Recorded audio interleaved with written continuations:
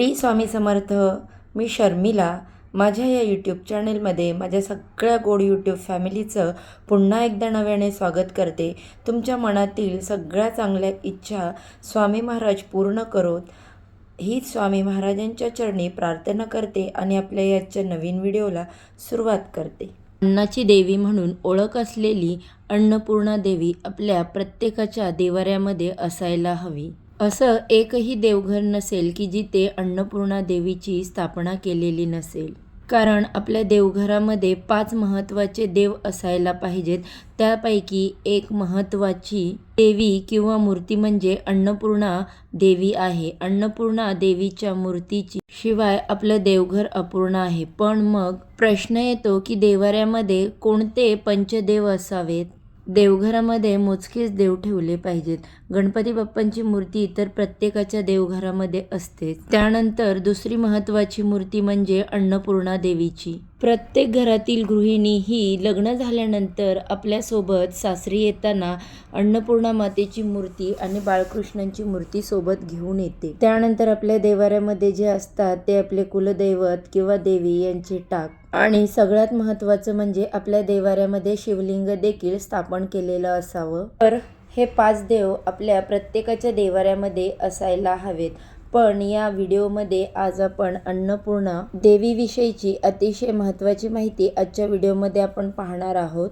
तर पहा, आपल्या प्रत्येकाच्या देवाऱ्यामध्ये अन्नपूर्णा देवी असते. बघा, आता तुमच्या देवाऱ्यामध्ये जर अन्नपूर्णा देवीची मूर्ती नसेल तर ती कधी आणावी, कशी स्थापन करावी, देवीची मूर्ती कुठे ठेवावी, किंवा तुम्ही जर ती बाळकृष्णांच्या बाजूला ठेवलेली असेल तर त्याची दिशा कोणती असावी, आपण अन्नपूर्णा मातेच्या खाली जे तांदूळ ठेवतो ते तांदूळ कधी बदलावे किंवा त्या तांदळाचे काय करावे, अन्नपूर्णा देवीचा कोणता मंत्र बोलावा, अन्नपूर्णा देवीची कोणती सेवा करावी किंवा अन्नपूर्णा देवीला कोणता नैवेद्य दाखवला पाहिजे, याविषयीची संपूर्ण माहिती आपण या आजच्या व्हिडिओमध्ये जाणून घेणार आहोत. त्यामुळे व्हिडिओ स्किप न करता शेवटपर्यंत नक्की बघा. चॅनलवरती जर पहिल्यांदा नवीन आला असाल तर व्हिडिओला लाईक करा, चॅनलला सबस्क्राईब करा आणि असेच नवनवीन छान छान व्हिडिओ पाहण्यासाठी बेल आयकॉन देखील क्लिक करा. ज्यामुळे काय होईल की मी जेव्हा पण माझ्या चॅनलवरती नवीन व्हिडिओ अपलोड करेल त्याचे नोटिफिकेशन सर्वात आधी तुमच्यापर्यंत पोहोचेल आणि तुम्ही एक पण व्हिडिओ मिस करणार नाही. तर पहा, अन्न, सौभाग्य आणि संपत्तीची देवी म्हणून माता अन्नपूर्णाची पूजा केली जाते. अन्नपूर्णा देवीची मूर्ती ठेवली जाते. तिने वाढलेल्या भिक्षेमुळे स्वतः शिव आणि त्यांचा संसार देखील तृप्त होतो, परिपूर्ण होतो, अशी ही आदिशक्ती अन्नपूर्णा नावाने प्रसिद्ध झाली. हिंदू धर्मामध्ये प्रत्येक गोष्टीला विशेष असं महत्त्व आहे. अशातच आपल्याकडे अन्नपूर्णा देवीची जयंती देखील साजरी केली जाते. दरवर्षी मार्गशीर्ष महिन्यातील पौर्णिमेला अन्नपूर्णा जयंती साजरी केली जाते. ही तिथी माता पार्वतीला समर्पित आहे. एकेकाळी पृथ्वीवर अन्नाचा तुटवडा निर्माण झाला आणि पार्वतीने लोकांचे दुःख दूर करण्यासाठी पृथ्वीवर अन्नपूर्णा मातेच्या रूपाने अवतार घेतला होता. अन्नपूर्णा देवीची मनोभावे पूजा केल्याने कधीही घरामध्ये अन्नधान्य आणि पैशाची कमतरता भासत नाही. आपल्या हिंदू धर्मामध्ये अन्नपूर्णा मातेला विशेष असं महत्त्व आहे किंवा स्थान आहे. अन्नपूर्णा मातेची अन्नाची देवी म्हणून पूजा केली जाते. देवी अन्नपूर्णा मातेच्या आशीर्वादाने कुटुंबातील सदस्यांना अन्न मिळते. बघा, आपल्याकडे लग्न झाल्यानंतर मुलगी जेव्हा सासरी निघते त्यावेळी मुलीच्या हातामध्ये अन्नपूर्णा देवीची मूर्ती देण्याची प्रथा आहे. याचा अर्थ असा होतो की जी मुलगी ज्या घरामध्ये जाते ते घर नेहमी अन्नधान्याने भरून राहते आणि त्या घरामध्ये अन्नधान्याची संपन्नता राहते. त्याचबरोबर ज्या घरामध्ये माता अन्नपूर्णेची पूजा केली जाते त्या घरामध्ये धान्याचा किंवा धनाचा कधीही तुटवडा भासत नाही. तर बघा, अन्नपूर्णा मातेच्या मूर्तीची खरेदी कधी करावी किंवा अन्नपूर्णा मातेची स्थापना कधी करावी असा प्रश्न मनामध्ये येतो. खरं तर अन्नपूर्णा मातेची मूर्ती आपण मार्गशीर्ष पौर्णिमेला खरेदी करू शकतो. कारण या दिवशी अन्नपूर्णा मातेची जयंती असते आणि या दिवशी ही मूर्ती खरेदी करणं अत्यंत शुभ मानलं जातं. जर तुम्हाला त्या पौर्णिमेला घेणं शक्य नाही झालं मूर्ती, तर तुम्ही एखाद्या मंगळवारी किंवा शुक्रवारी मूर्तीची खरेदी करू शकता. किंवा गुरुपुष्यामृत योग असेल किंवा आता बघा गुढीपाडवा येणार आहे, त्यावेळेस देखील तुम्ही अन्नपूर्णा मातेची खरेदी केली तरी देखील चालेल. किंवा अक्षय तृतीयेच्या दिवशी देखील आपण काही शुभ वस्तूंची खरेदी करतो.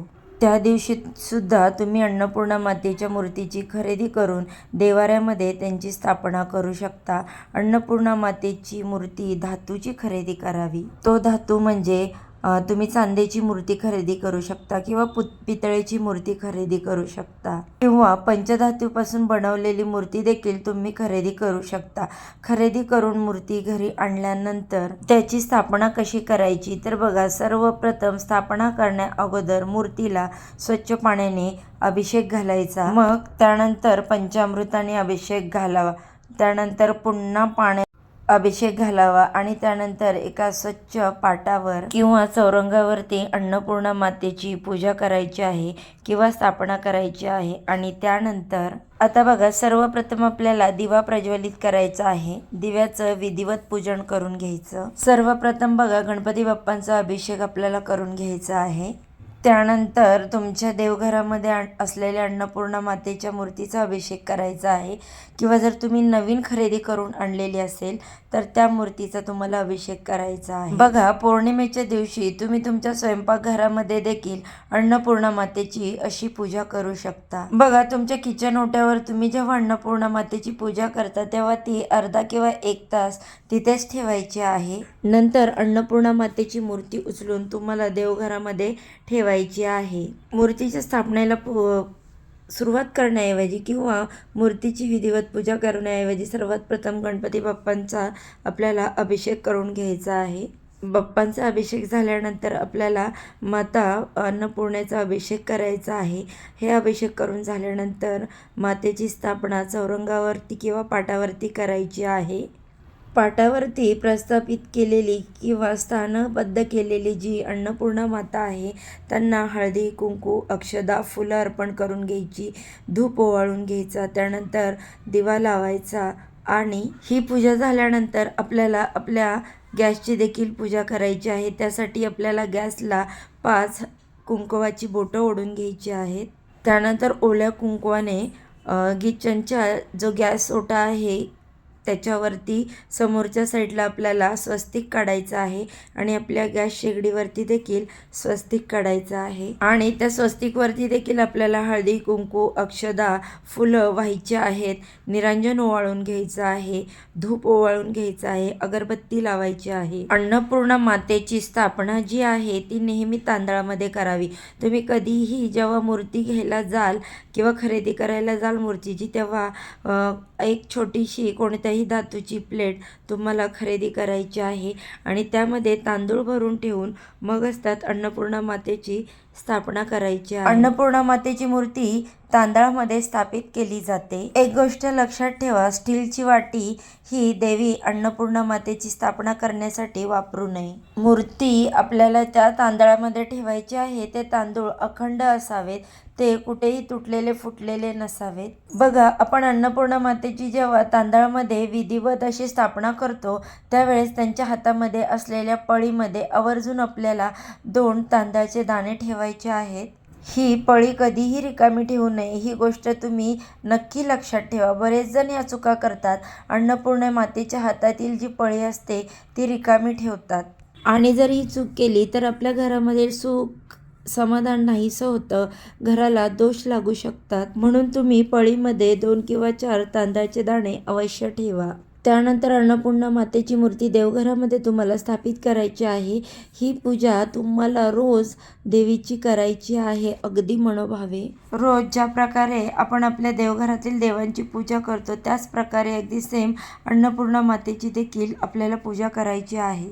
त्यानंतर बघा, पौर्णिमेला मंगळवारी किंवा शुक्रवारी या दिवशी अन्नपूर्णा मातेच्या मूर्तीवरती आपल्याला कुंकुमार्चन अवश्य करायचं आहे. बघा, कुंकुमार्चन कसं करायचं तर कुंकुमार्चन ही एक अतिशय प्रभावी सेवा आहे. कुंकुमार्चन करण्यासाठी आपल्याला अन्नपूर्णा मातेच्या चरणापासून ते मस्तकापर्यंत चिमूट कुंकू घेऊन त्यांचा जे आपण कुंकुमार्चन करणार, अभिषेक करणार आहोत ते करायचं आहे. हे कुंकुमार्चन करताना आपल्याला अंगठा आणि मधल्या 2 बोटांचा वापर करायचा आहे. कुंकू जे आहे ते आपल्याला मूर्तीवरती व्हायचं आहे. कुंकुमार्चन करताना आपण देवीच्या मंत्राचा जप करायचा आहे. तो असा की अन्नपूर्णे सदापूर्णे षड्कर्ण प्राणवल्लभे ज्ञानवैराग्य सिद्धार्थ भिक्षा देहीच पार्वती. हा मंत्र जर तुम्हाला जमत नसेल तर तुम्ही ओम अन्नपूर्णा देवी नमः या मंत्राचा सुद्धा जप करू शकता किंवा 99 मंत्राचा तुम्ही जप करू शकता. यासाठी तुम्हाला एक वाटी घ्यायची. त्या वाटीमध्ये देवीची मूर्ती ठेवायची आहे आणि देवीच्या चरणापासून ते मस्तकापर्यंत कुंकू आपल्याला देवीला अर्पण करायचं आहे. तुम्हाला जेवढा वेळ शक्य आहे म्हणजे 11 वेळा 21 वेळा असं कुंकुमार्चन तुम्ही करू शकता किंवा श्री सूक्ताचं पठण करत देखील तुम्ही कुंकुमार्चन करू शकता.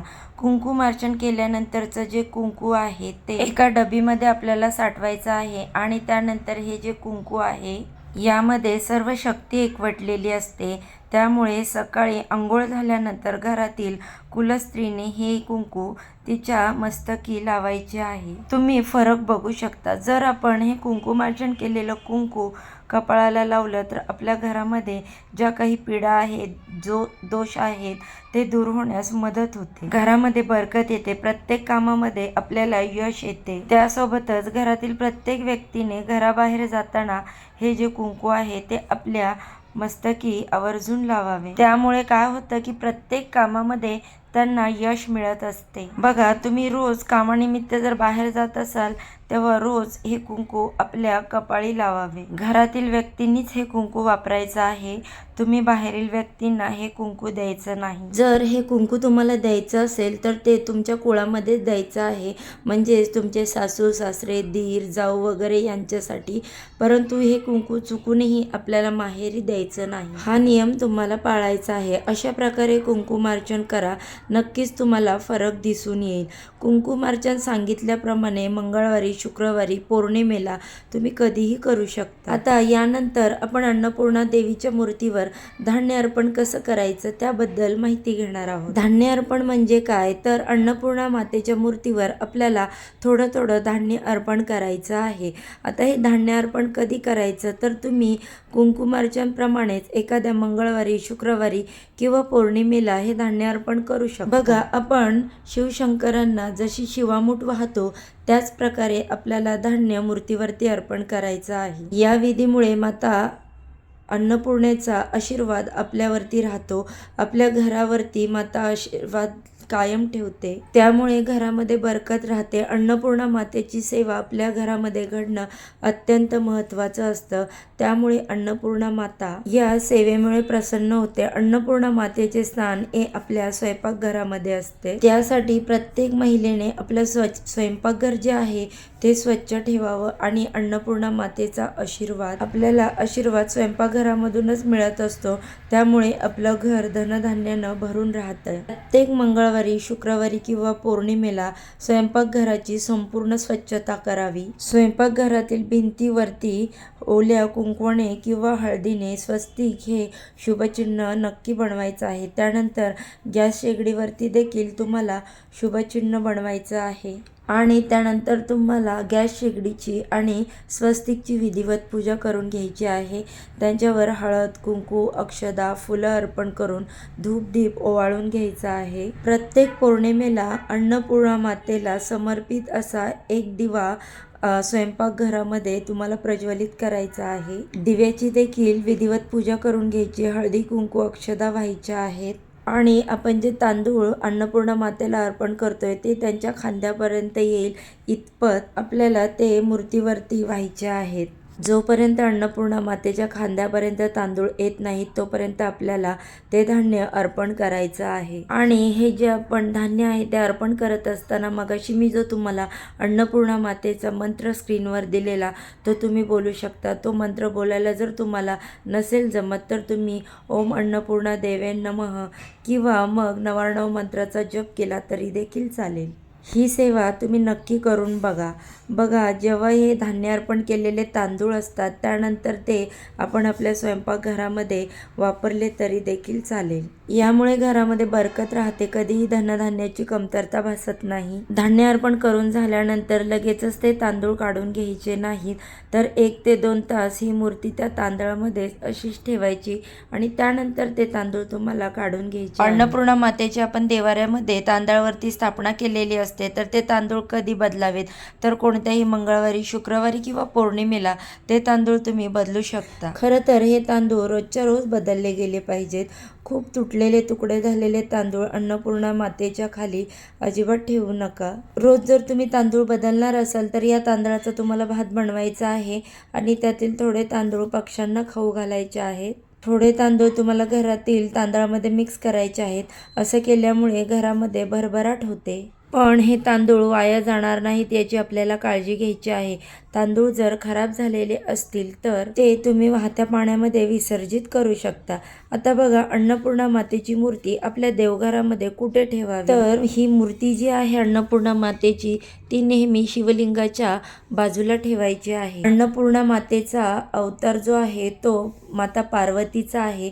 त्यामुळे माता पार्वती ही भगवान शिवांची पत्नी असल्यामुळे अन्नपूर्णा मातेची मूर्ती भगवान शिवांच्या जे शिवलिंग आहे आपल्या देवाऱ्यामधील त्याच्या बाजूला ठेवायची आहे. शिवलिंगाच्या डाव्या बाजूस आणि आपल्या उजव्या बाजूस अशी ही मूर्ती आपल्याला आपल्या देवघरामध्ये ठेवायची आहे. म्हणजेच गणपती बाप्पांच्या उजव्या हाताला बाळकृष्णांची मूर्ती आणि बाळकृष्णांच्या शेजारी आपल्याला अन्नपूर्णा देवीची मूर्ती ठेवायची आहे. त्यानंतर शिवलिंग ठेवावे. शिवलिंगानंतर कोणतीही देवदेवतांची मूर्ती ठेवायची नाही. अन्नपूर्णा देवीचा फोटो हा स्वयंपाकघरामध्ये लावावा. हा वास्तुशास्त्रानुसार अत्यंत फायदेशीर आहे. यामुळे आपल्या घरातील अनेक वास्तुदोष दूर होतात. कधीही खाण्यापिण्याची कमतरता भासत नाही. मुळे त्या घरामध्ये नेहमी अन्नधान्याची भरभराट राहते.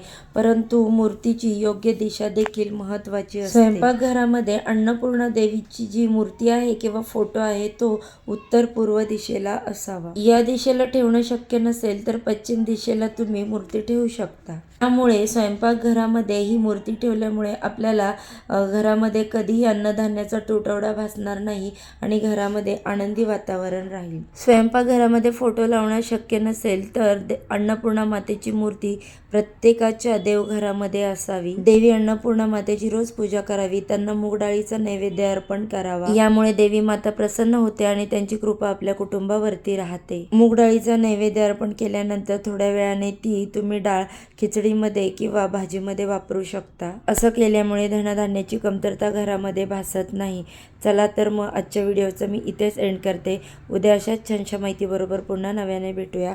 सर्वांना श्री स्वामी समर्थ.